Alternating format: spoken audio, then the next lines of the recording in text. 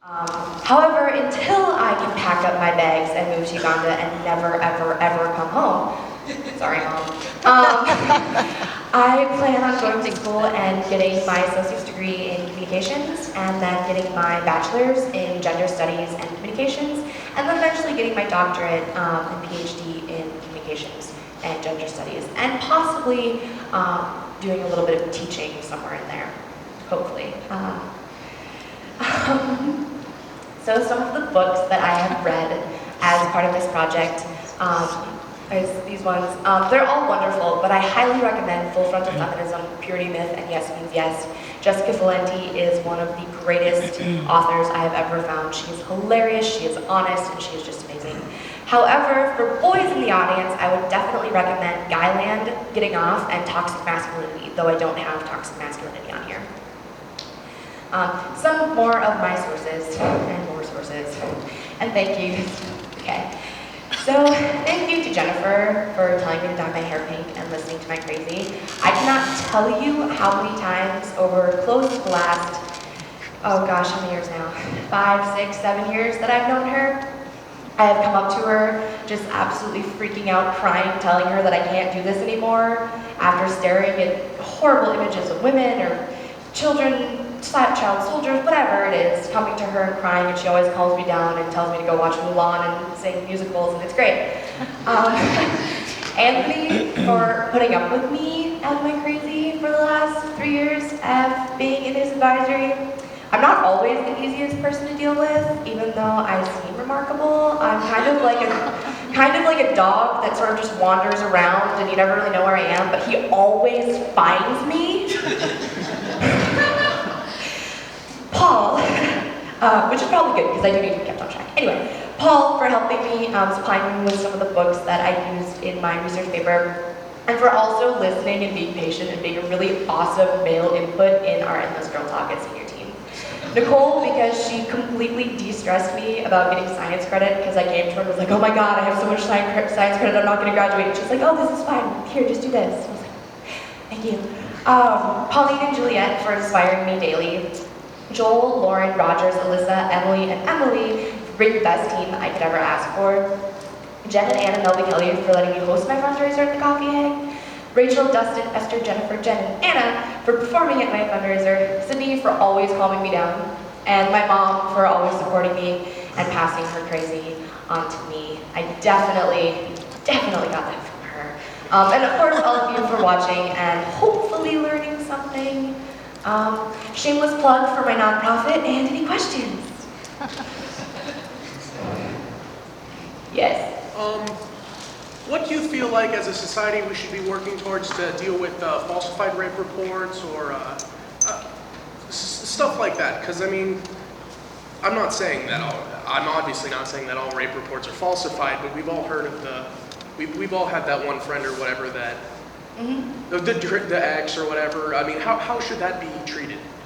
Definitely having more communication and more consent education, and definitely removing some of the taboos associated with sex, and definitely removing some of the slut-shaming and victim blaming that we do. More slut-shaming than victim blaming.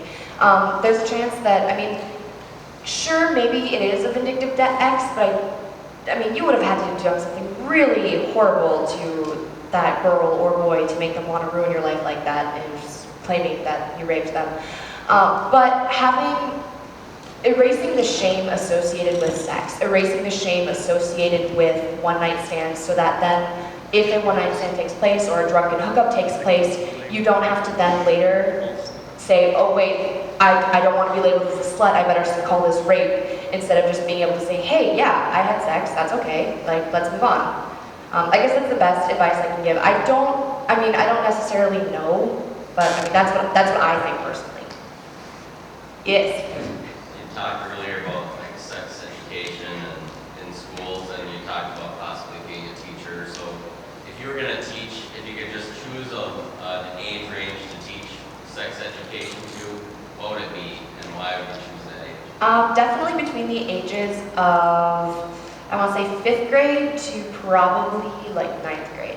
And I would definitely choose that because I feel like even though it's really awkward and silly during that like 5th grade year, it's definitely, there's not as many, I don't know, it's easier to talk to kids about it at that age. I talk to my nephews and my nieces and stuff, and of course they look at me like, crazy auntie is talking to me again about this, I don't want to talk about this. But when I really sit down with them and like if they say something, like one day my nephew made a rude comment to his niece and said something about a condom, and I was like, do you even know what a condom is? And he's like, well, kind of. I'm like, okay, well, sit down. I'm going to show you one and we're going to talk about this. And it turned into more of a discussion and less of an argument. And in my experience, and maybe this is just because I am a teenage girl and have been doing this for, like, talking about this for 5 years, but younger boys tend to be more responsive compared to older boys. Maybe because they don't feel as much pressure. I don't know, but that's my experience. I was curious, like, what role you thought, like, sports and, like, athletics plays Oh, in what part? Like the in this? talk? All, like, kind of the misogynistic nature.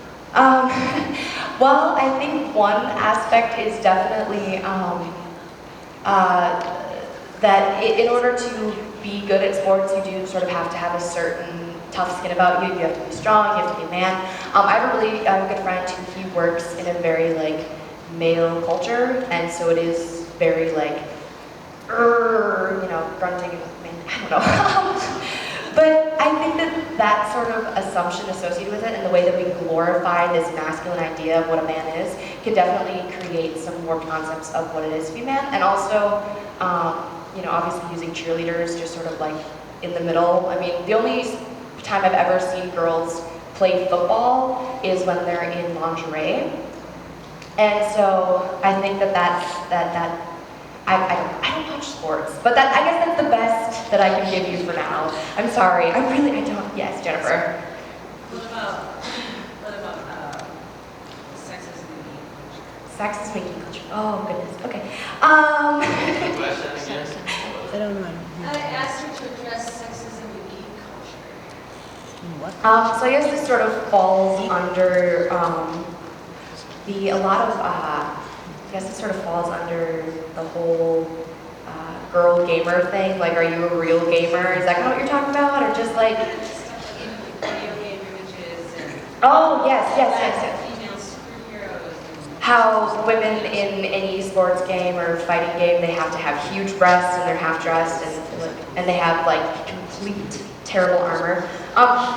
We can definitely start portraying women in video games as being more covered, less sexualized. The best thing I can do is just say to stop sexualizing made-up people, I guess. Like, there's no need for that. Like, they don't, I mean, if you've ever seen, like, the comics that you look into, like, you can Google certain, like, Pokemon characters, or bronies. Let's talk about bronies. Oh, God. We can Google a little cartoon image of like a horse and come up with a bunch of like super sexualized pictures of women like naked with like big boobs and all of this stuff.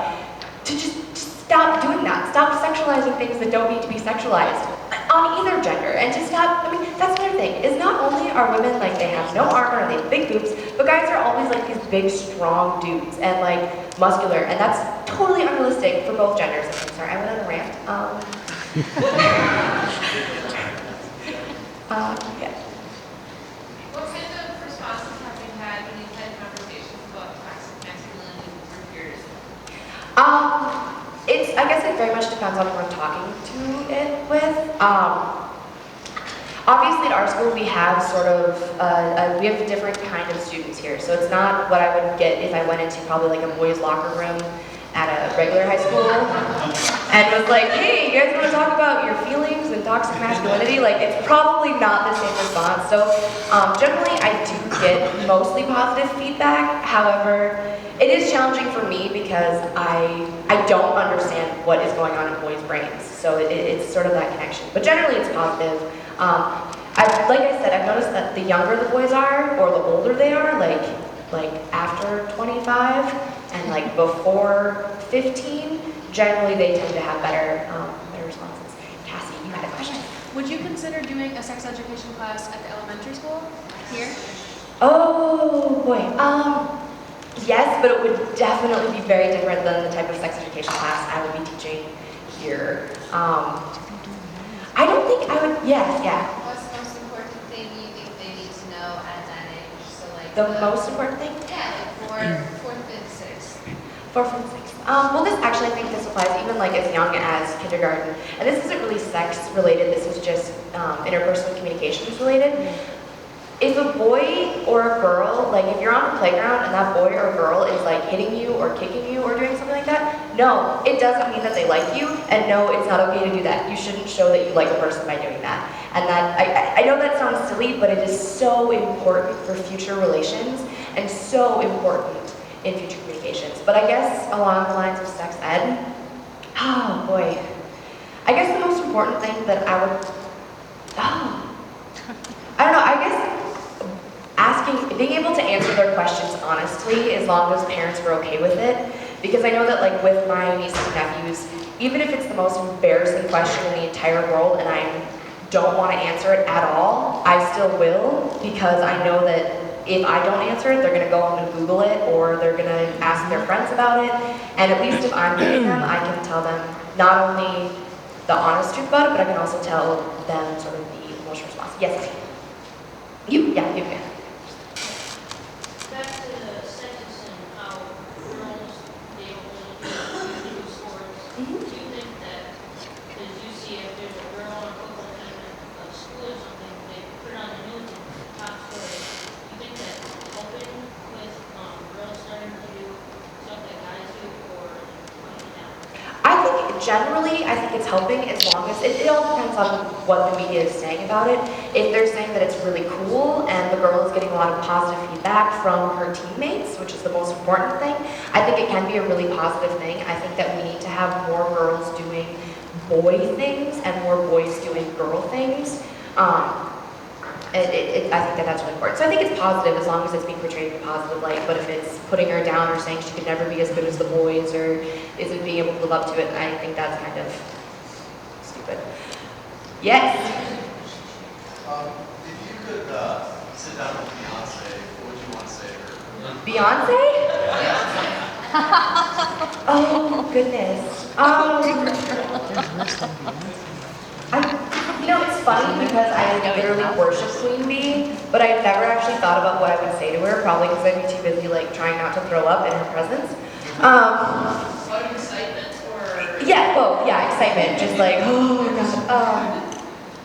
I would probably,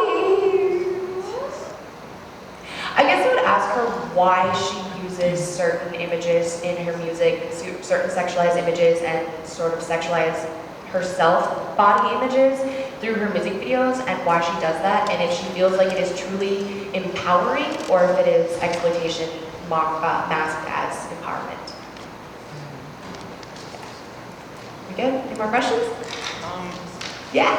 How do you intend to change how women are portrayed in media? Like, are you like letter writing campaigns for messages? I guess, no, not really. I guess the best that I can do is to try to, do seminars like this and just not seminars, but do presentations like this and raise awareness of the way that women and men are portrayed in the media, and hopefully educate younger people so that maybe then they can look at certain advertisements or certain ways that things are being sold to them and just sort of think, wait, is this really right? For both men and women, not just, it's very different. Men are exploited in very different ways than women are exploited, and I could do a whole other project on that, but there's more evidence and research done for women.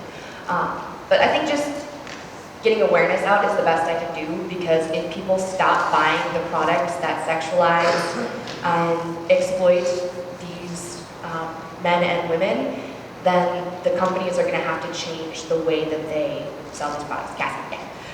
Have you ever had a discussion with someone that absolutely did not agree with anything that you said? Yes.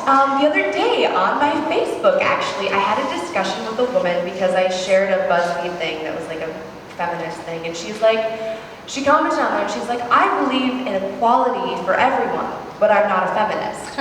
And I was like, what? Okay, wait a minute, hold up.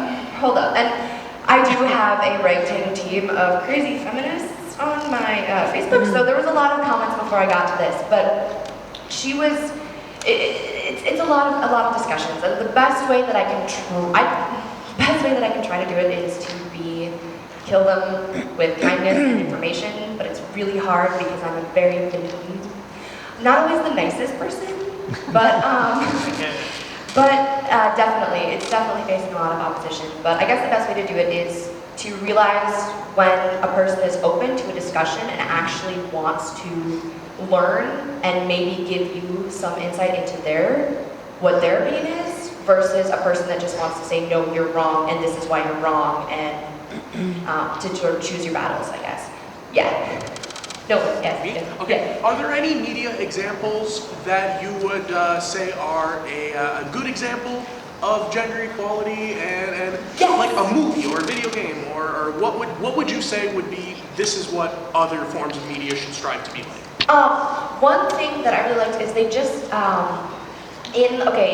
for those who have played video games, in Fable, it's a video game, and one way that your character, I don't remember which one it is, but you level up and you can choose to be good or evil, and you sort of, as you level up, you get stronger and you get certain traits associated with each one, and both the men and the women level up the same. Of course, their bodies look different, but they are essentially, it's not this giant gap in between them. Another one that I saw that was really good was an ad for shampoo, and I think it was Maybelline, but I might be wrong. And it was sort of talking about the gender stereotypes associated with if you are a male and you are in a position of power, you are a boss, but if you are a female in a position of power, you are bossy. Another one that I really like and I really, really want to get girls more into, even though I'm not an engineer, but there's a program and it's called Goldilocks, and they have toys meant for little girls to learn about engineering, to sort of get them into those science fields so there's not as big of a gender gap. I guess those are the best examples I have. They're not the greatest. Give me some time and I can find more. Try but... Portal. Try Portal. Portal? Oh yeah! Portal! I totally forgot about Portal. Oh. Yeah, Portal's great. Portal's good. Nice. Yes. One last one. Yes. From someone else. Yeah. From someone else. Oh, one last question. Yes. How do you hope to keep issues like sexual violence in the public eye when 2 years ago all the legislature wanted to do was repeal equal pay and outlaw same-sex marriage instead of looking at sexuality as a culture that needs to not have restriction? Oh, that's a very good question. They said you had one left. So. Yes, you made it a good one. I appreciate that. I guess the best way that I can do is sort of the same as the ways to change it is to just try to get as much awareness out there as I possibly can. And in addition to doing that, I would eventually like to work at a rape crisis center with the victims and sort of working with them and empowering them to then later maybe decide to be lobbyists or to talk to representatives and try to change the situation that we currently have. I've done lobbying in Washington, D.C. actually. I lobbied in Washington. It was not for me. I loved it, but it was not for me. But if I could inspire other people to lobby and try to get that more in